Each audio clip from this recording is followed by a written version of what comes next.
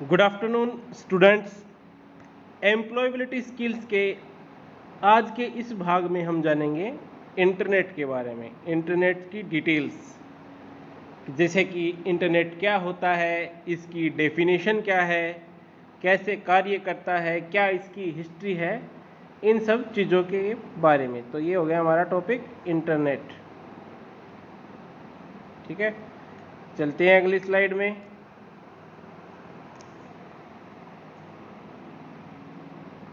Internet क्या है, what is internet.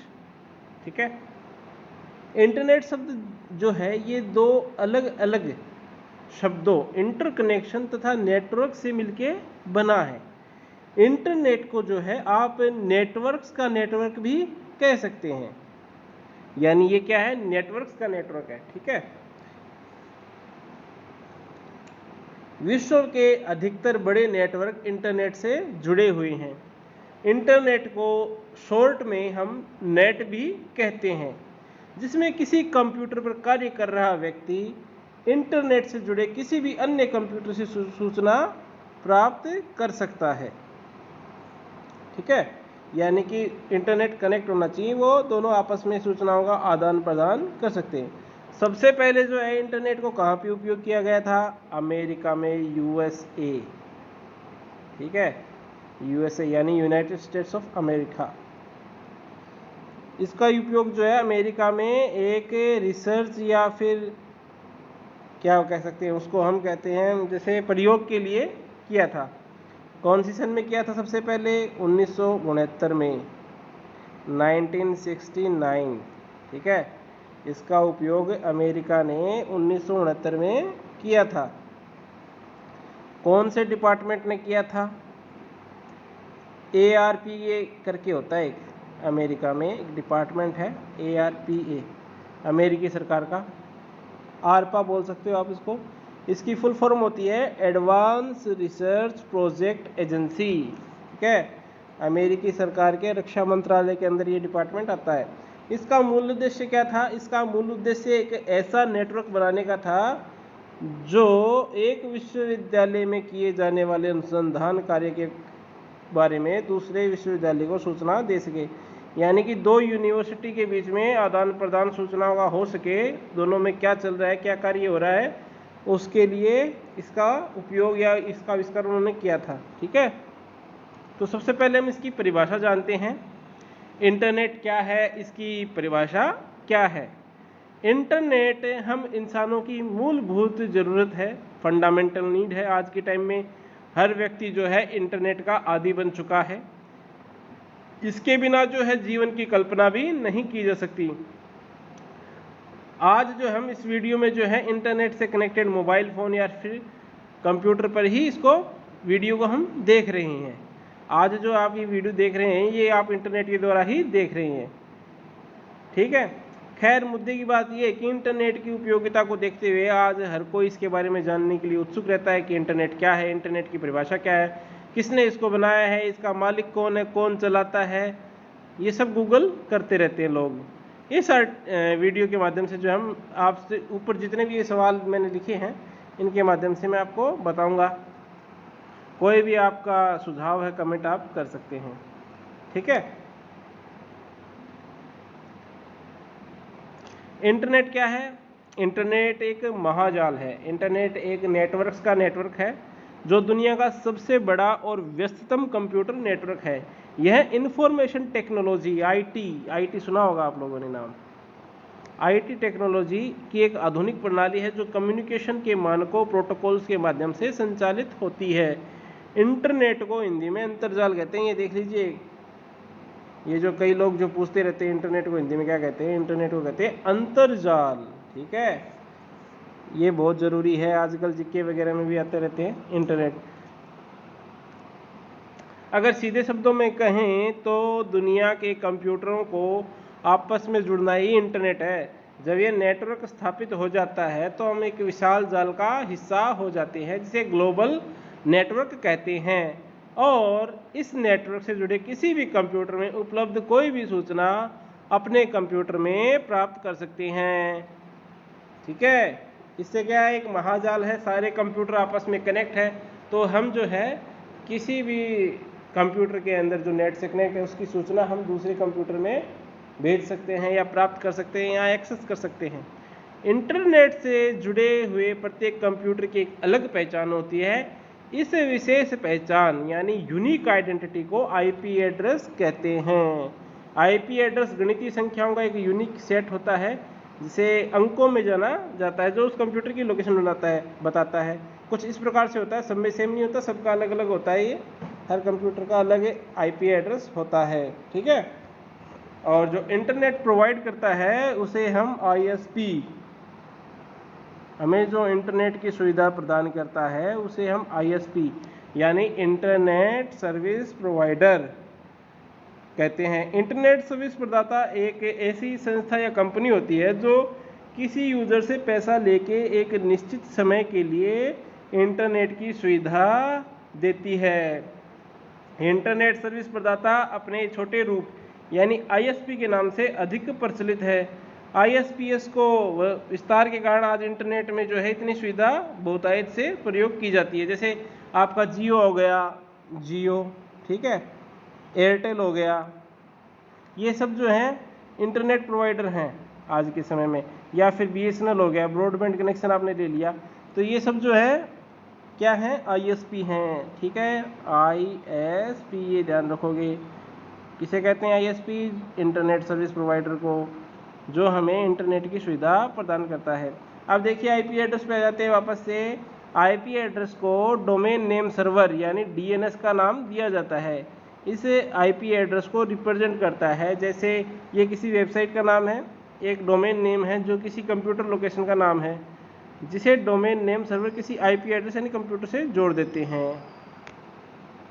अब ये इंटरनेट जो है काम कैसे करता है,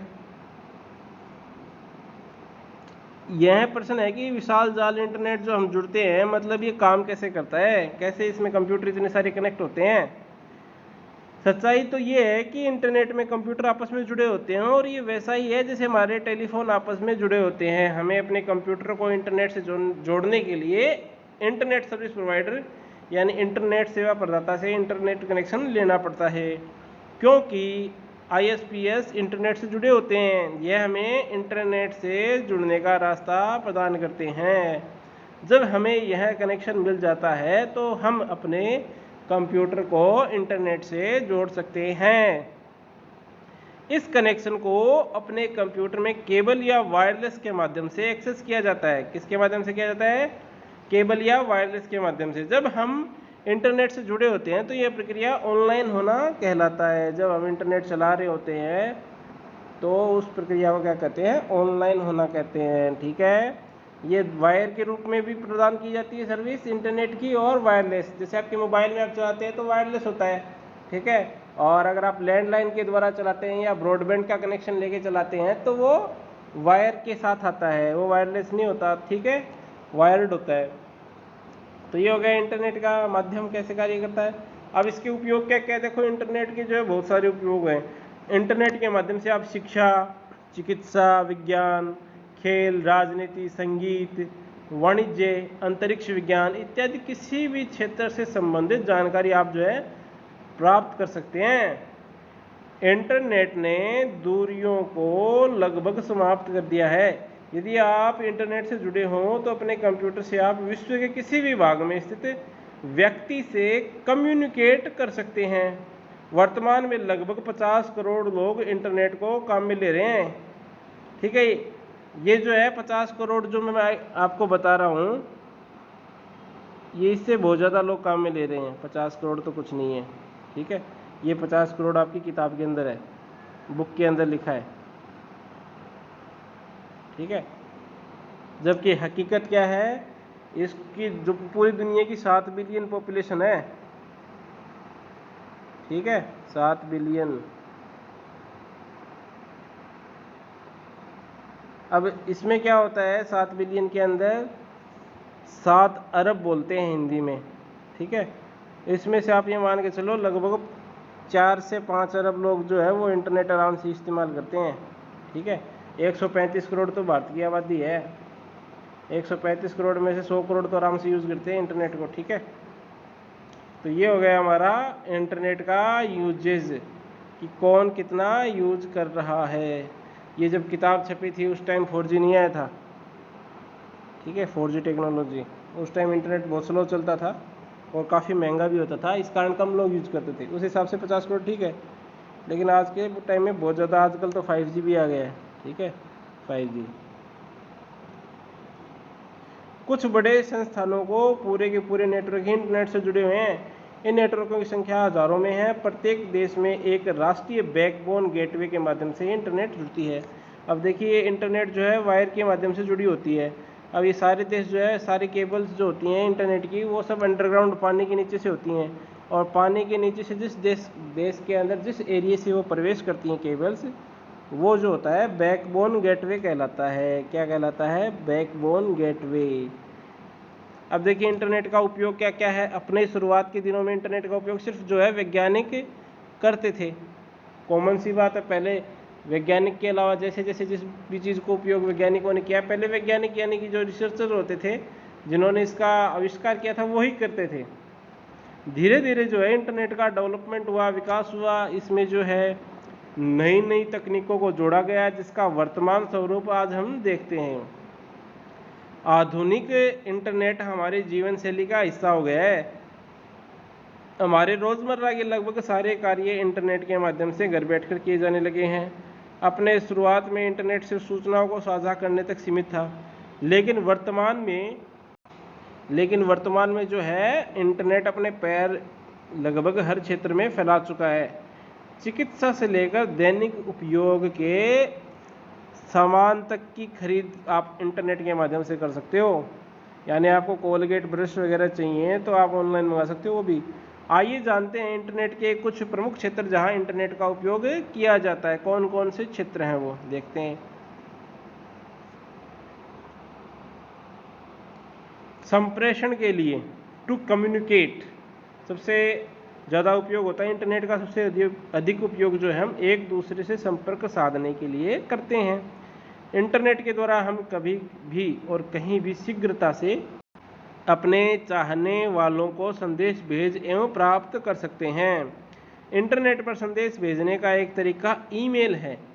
ईमेल के अलावा सोशल मीडिया साइट्स जैसे Facebook, Twitter, WhatsApp, Telegram, Instagram आदि के जरिए हम रियल टाइम में अपने करीबियों से जुड़े रह सकते हैं और उनकी हर एक गतिविधियों को अपनी आँखों से देख सकते हैं। तो ये हो गया, जैसे आप व्हाट्सएप वगैरह, फेसबुक वगैरह, टेलीग्राम, इंस्टाग्राम से आप वीडियो कॉल भी कर सकते हो, उनको देख भी सकते हो, ईमेल कर सकते हो, लाइव देख सकते हो। तो ये हो गया कम्युनिकेशन का ऑप्शन। दूसरा होता है खोजने के लिए, टू सर्च इन्फॉर्मेशन। आप इंटरनेट पे कुछ भी खोज सकते हो, ठीक है। इंटरनेट को विकसित ही इसलिए किया गया था कि आज से पहले कभी इस प्रकार की सूचनाएं प्राप्त करना आसान नहीं था, लेकिन आज हम इंटरनेट के माध्यम से दुनिया के किसी भी कोने से जानकारियां प्राप्त कर सकते हैं और कुछ ही सेकंड में हम दुनिया के हर कोने की खबर घर बैठे अपने कंप्यूटर पर ले सकते हैं। इंटरनेट पर जानकारी, सूचना खोजने के लिए सर्च इंजन का उपयोग किया जाता है। जो गूगल वगैरह आप करते हैं ना, गूगल के ऊपर आप ढूंढते हैं कोई भी सूचना, तो वो जो है क्या है, एक सर्च इंजन है गूगल, उसको सर्च इंजन बोलते हैं। इसके बारे में हम आगे डिटेल में पढ़ेंगे बाद में टॉपिक में, ब्राउज़र वगैरह भी पढ़ेंगे, ठीक है। तो वो हो गया सर्च इंजन, इसमें आप कुछ भी खोज सकते हैं।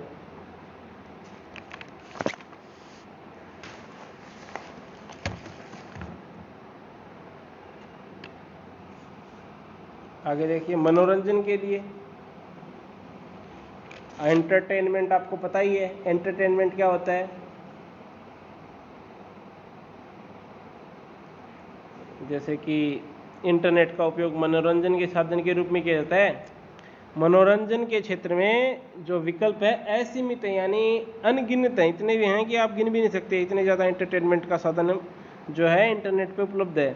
इसमें आप फिल्म, गाने, वीडियो गेम वगैरह आप देख सुन खेल सकते हैं। पढ़ने के शौकीन अपने मनपसंद लेखक को पढ़ सकते हैं। इसके अलावा हर वक्त मनोरंजन वीडियो गेम की दुनिया के लिए हमारे लिए हर वक्त खुली होती है।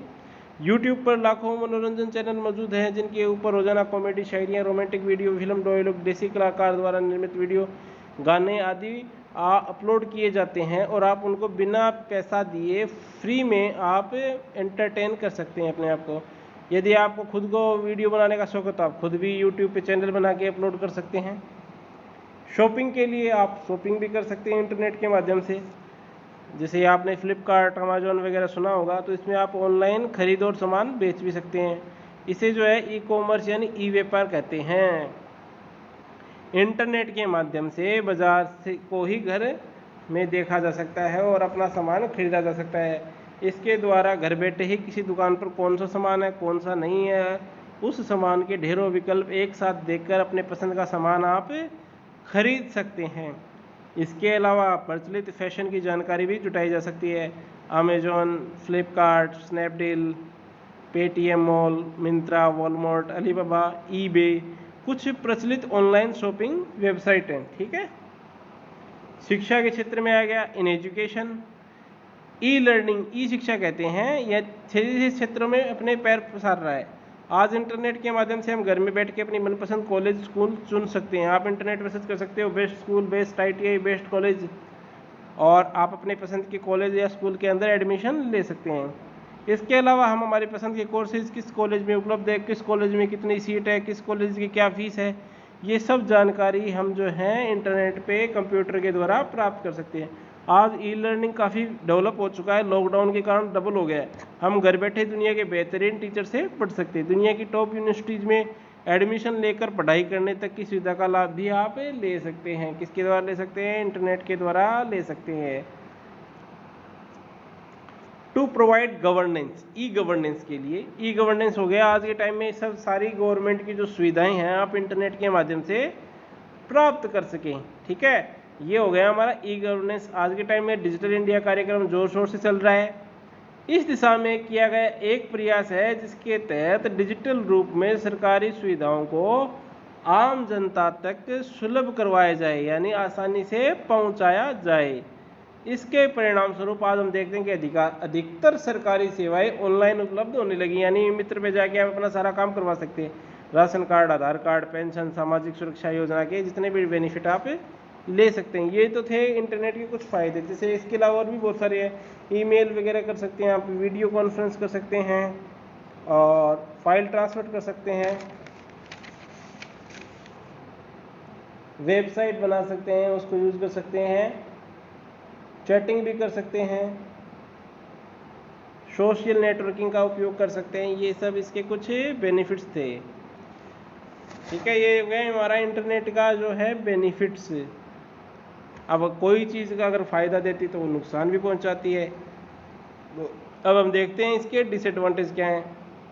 ये तो पहले देखते हैं फ़ायदे क्या है। फ़ायदे मैंने जैसे बता दिए, वापस से बता देते हैं। इंटरनेट के जरिए विभिन्न प्रकार की ऑनलाइन सेवाएं एक्सेस कर सकते हैं, Aadhaar card, PAN card, ration card वगैरह। सोशल मीडिया साइट्स के जरिए आप सबसे जुड़े रह सकते हैं। पानी का, बिजली का बिल आप घर बैठे बुक कर सकते हैं। कॉलेज में एडमिशन लेना, फॉर्म भरना, स्कॉलरशिप करना, ये सब आप ऑनलाइन कर सकते हो। किसी नए टॉपिक के बारे में जानकारी लेनी हो तो इंटरनेट के मामले में लाइब्रेरी को वहाँ दे रहा है। आप चलते फिरते ही किसी भी टॉपिक के बारे में विस्तृत जानकारी, डिटेल में जानकारी मिनटों में ढूंढ सकते हैं। नई जॉब ढूंढने के मामले में इंटरनेट का कोई आसानी नहीं है। आप इंटरनेट पे अपने लिए नौकरी भी ढूंढ सकते हैं। ठीक है, ढूंढ सकते हैं, इसका मतलब ज़रूरी नहीं आपको मिल जाएगी वो नौकरी, ढूंढ सकते हैं, आप अप्लाई कर सकते हैं। तो ये हो गया इंटरनेट का फ़ायदा। अब देखिए फ़ायदे के साथ नुकसान भी होता है। क्या क्या नुकसान है? अति जो होती है, अति हर चीज़ की खतरनाक होती है।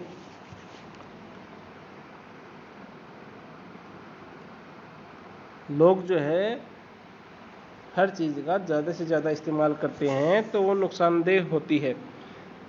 हर चीज़ के दो पहलू होते हैं। इसी तरह इंटरनेट का विकास होने से इंसान का फ़ायदा हुआ है तो इसके कुछ नुकसान भी सामने आ रहे हैं जिसका जिक्र किया जा रहा है। सबसे पहले समय की बर्बादी। कुछ लोग जो हैं इसको सारे दिन इंटरनेट चलाते रहते हैं, काम कुछ करते नहीं हैं और इंटरनेट पे कुछ भी देखते रहते हैं, किसी से भी बात करते रहते हैं, अपना टाइम वेस्ट करते रहते हैं।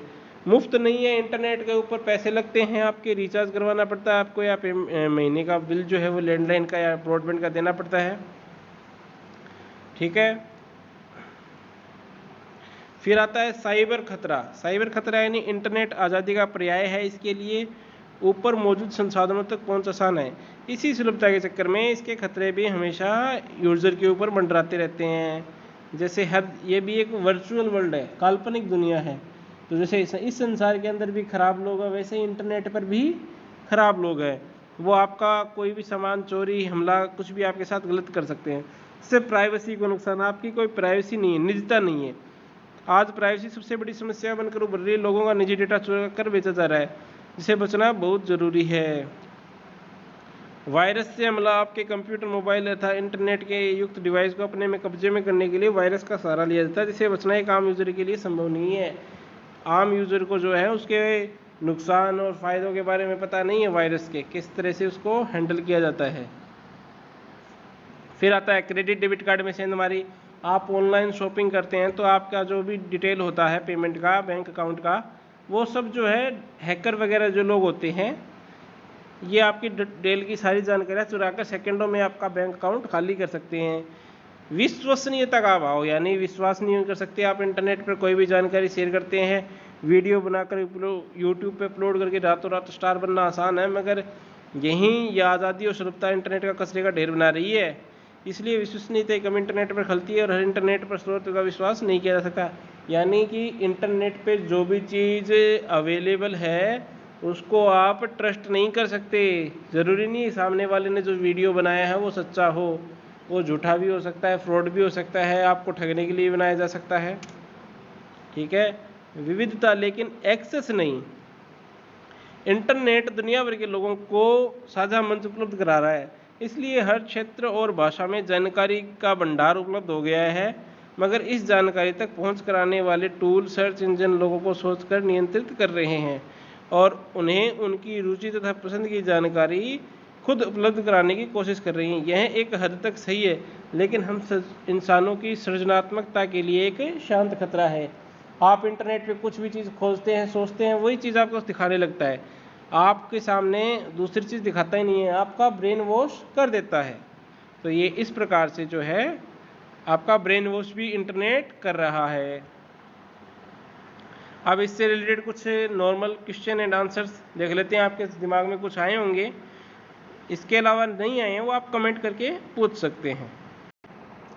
देखिए, इंटरनेट की परिभाषा दीजिए। इंटरनेट जिसे सिर्फ नेट भी कहते हैं, दुनिया के आपस में जुड़े हुए कंप्यूटरों का एक ग्लोबल वाइड एरिया नेटवर्क है, जो इस नेटवर्क को कनेक्टेड कंप्यूटरों के बीच कम्युनिकेशन सुविधा मुहैया करवाता है।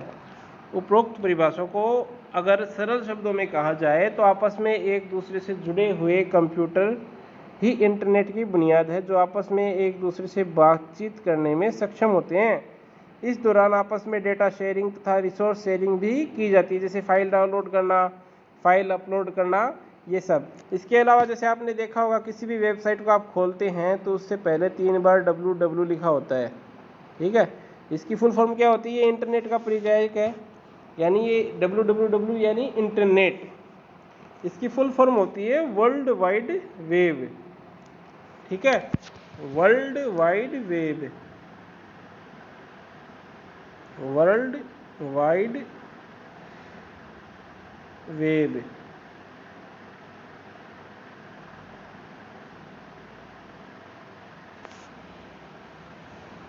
अब इसमें सही तरीके से लिखा नहीं जा रहा है, आप लोग समझ के देख के सर्च कर लीजिएगा। ठीक है,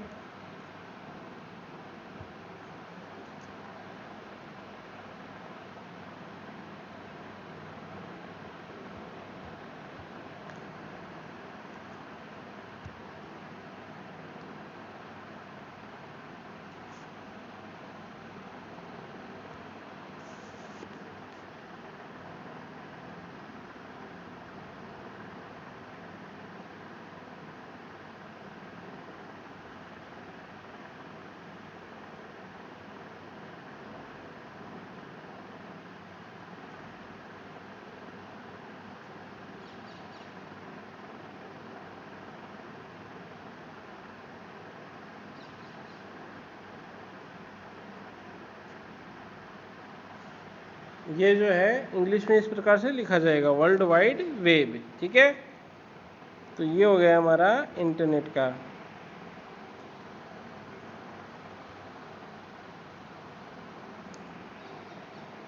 फिर आगे चलते हैं हम। अब अगला क्वेश्चन आता है, जैसे इंटरनेट का मालिक कौन है। इंटरनेट का जो है कोई मालिक नहीं है, ये एक व्यक्ति, संस्था या कंपनी नहीं है, ये एक वृहद नेटवर्क है, एक बड़ा नेटवर्क है, किसी भी देश, राज्य सरकार के द्वारा नियंत्रित किया जाता है। इंटरनेट को हर देश अपने अपने हिसाब से कंट्रोल करता है। अगर आप सोच रहे हैं कि इंटरनेट का मालिक बिल गेट्स है, मार्क जकरबर्ग है या कोई और है, तो आप गलत है। गूगल का मालिक लैरी पेज एवं सर्जी ब्रिन भी इसका इंटरनेट ने उन्होंने इसका नहीं किया है। तो फिर इंटरनेट किसने बनाया है? इसका जवाब है, इंटरनेट किसी एक की संपत्ति नहीं है और ना ही हो सकती है, जबकि यह तो कई तकनीकों का आपस में मेल है जिन्हें अलग अलग कंपनी संस्थाओं द्वारा नियंत्रित किया जाता है। अब थोड़ा इंटरनेट के इतिहास के बारे में जान लेते हैं कि इंटरनेट को किसने बनाया है और कैसे ये अस्तित्व में आया। तो सबसे पहले इंटरनेट का इतिहास देखते हैं हम। इंटरनेट एक बहुत तीव्र गति से बढ़ता हुआ नेटवर्क है। इसकी शुरुआत 1960 के दशक में अमेरिका के रक्षा विभाग के अन्वेषण के कार्यों के लिए हुई थी। प्रारंभ में इसे ARPANET का नाम दिया गया।